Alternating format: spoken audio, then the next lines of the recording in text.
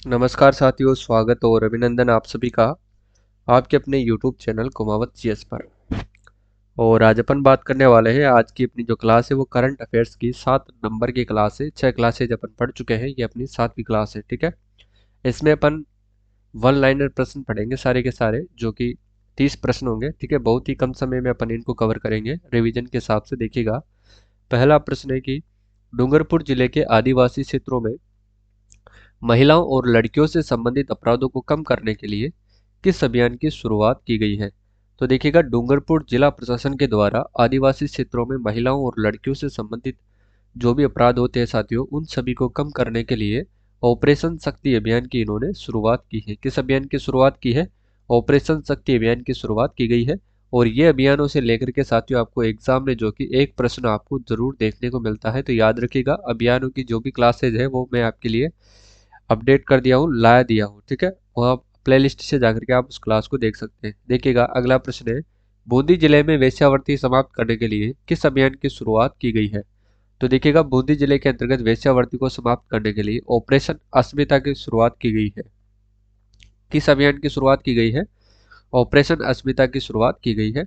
अब देखिएगा आगे कि बीकानेर को एनीमिया मुक्त बनाने के लिए किस अभियान की शुरुआत की गई है। यहाँ पर 21 नहीं है साथियों, मिस्टेक हो गई। किस अभियान की शुरुआत की गई है? तो देखिएगा, एक पौधा सुपोषित बेटी के नाम, इसके तहत साथियों ये पौधा किसका दिया जाएगा? तो याद रखना, ये सहजन का पौधा इसको दिया जाएगा। ठीक है, और इन एनीमिया मुक्त करने के लिए इस पौधे को दिया जाएगा। ठीक है, एक पौधा हर बेटी को दिया जाएगा।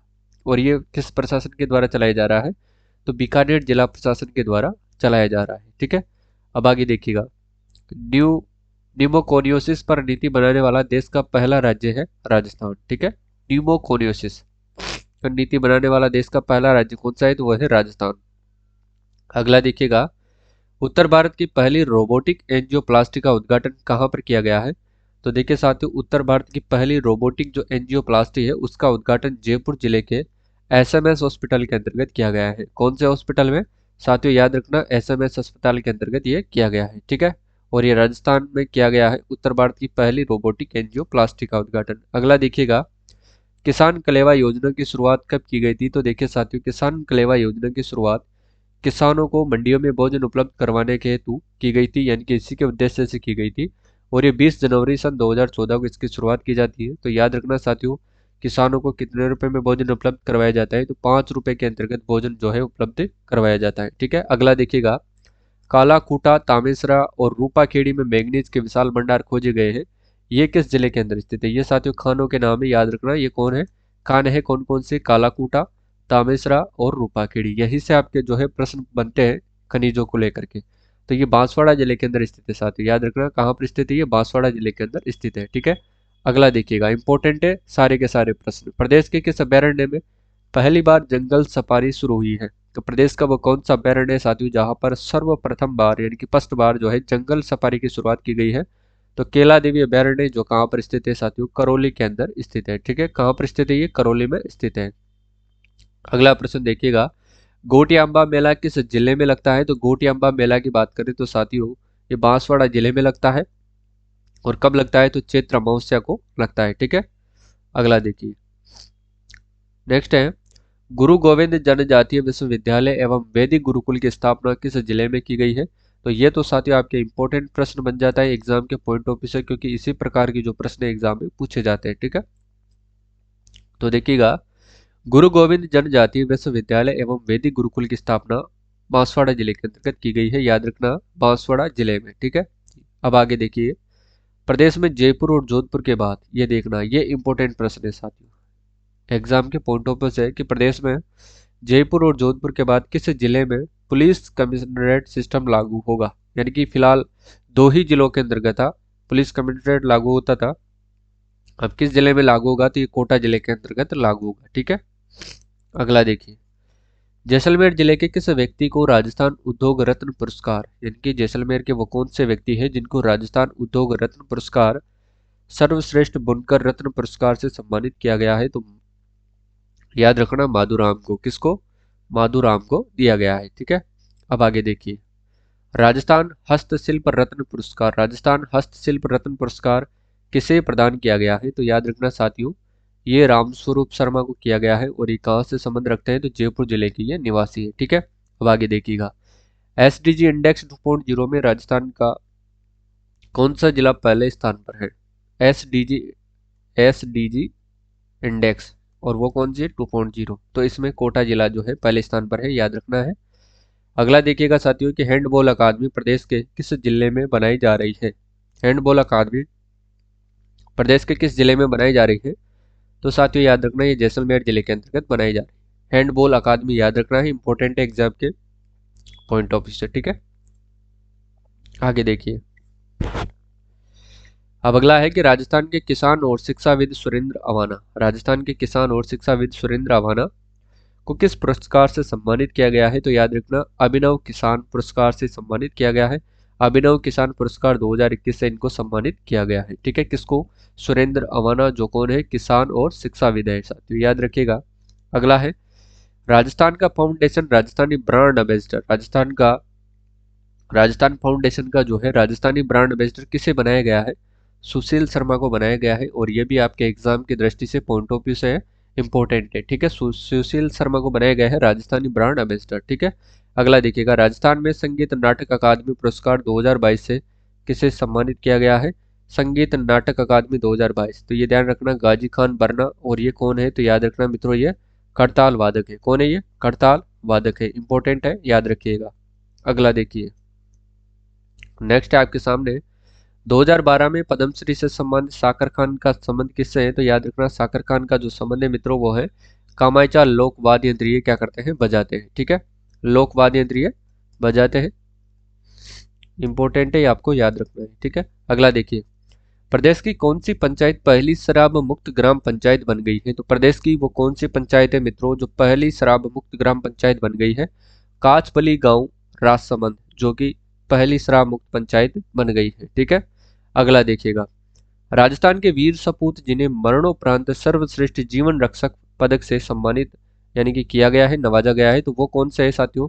रामावतार गोदारा है। ठीक है, और ये आपके एग्जाम के दृष्टि से इंपॉर्टेंट है, याद रखिएगा प्रश्न को कि राजस्थान के वह कौन से वीर सपूत है जिनको मरणोपरांत सर्वश्रेष्ठ जीवन रक्षक पदक से नवाजा गया है? तो वो है आपके रामावतार गोदारा। कौन है? राम अवतार गोदारा है मित्रों, ये तो याद रखना है। ठीक है, गोदारा इंपॉर्टेंट है।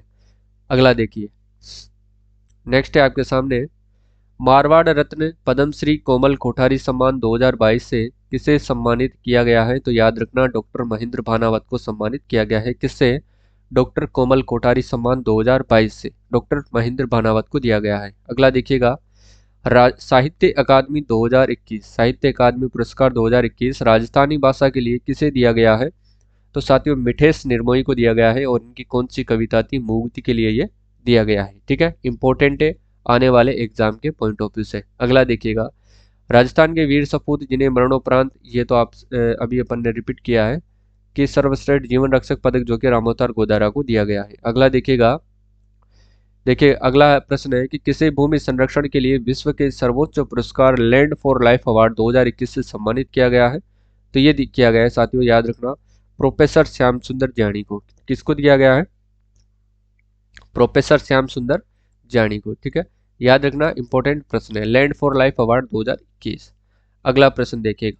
सावित्रीबाई फुले सम्मान 2022 से किसे सम्मानित किया गया है? तो ये डॉक्टर BL देवंदा को किया गया है, और ये क्यों किया गया है मित्रों? तो याद रखना उनके द्वारा बालिका शिक्षा के लिए किए गए कार्यों के लिए, यानी कि बालिका शिक्षा के लिए जो भी उत्कृष्ट कार्य किया गया था इनके अलावा इनके द्वारा, ठीक है, तो उनके लिए इनको ये पुरस्कार दिया गया है। ठीक है, इंपॉर्टेंट है, याद रखिएगा किसको दिया गया है? डॉक्टर BL देवंदा को। अब अगला देखिएगा। राजस्थान में सर्वाधिक बांस का उत्पादन किस जिले में होता है? तो राजस्थान में सर्वाधिक जो है साथियों बांस का उत्पादन होता है, बांस यानी बांस से याद रखना, बांस से बांसवाड़ा। ठीक है, यानी कि बांसवाड़ा में होता है बांस। बांस के आगे कौन सा जिला आता है? तो ये आता है बांसवाड़ा, आपको याद रखना है। ठीक है, बांस ऑटोमेटिक आपको दिया होगा कि सिर्फ वाड़ा आपको पीछे लगाना है। अगला देखिएगा। नेक्स्ट देखिएगा। Best destination India silver outlook traveller award 2022 से किस किले को नवाजा गया है? यानी कि best destination India silver outlook traveller award 2022 से किस किले को नवाजा गया है? तो याद रखना मित्रों कुंभलगढ़ और चित्तौड़गढ़ किले को नवाजा गया है। कौन कौन से किले हैं वो? एक तो है साथियों कुंभलगढ़ और दूसरा है चित्तौड़गढ़। ठीक है, इन दोनों जिलों को ही इस अवार्ड से नवाजा गया है। तो इम्पोर्टेंट है, आपको याद रखना है। अगला देखिएगा, प्रदेश के किस स्थान पर नागरिक सुरक्षा संस्थान प्रस्तावित है? तो दौलतपुरा जयपुर के अंतर्गत ये बनना प्रस्तावित है। ठीक है, यानी कि नागरिक सुरक्षा संस्थान किस जिले में बनाया जाएगा? तो दौलतपुरा, ये दौलतपुरा स्थान पर बनेगा और जयपुर जिले के अंदर बनेगा। ठीक है, कौन सा नागरिक सुरक्षा संस्थान?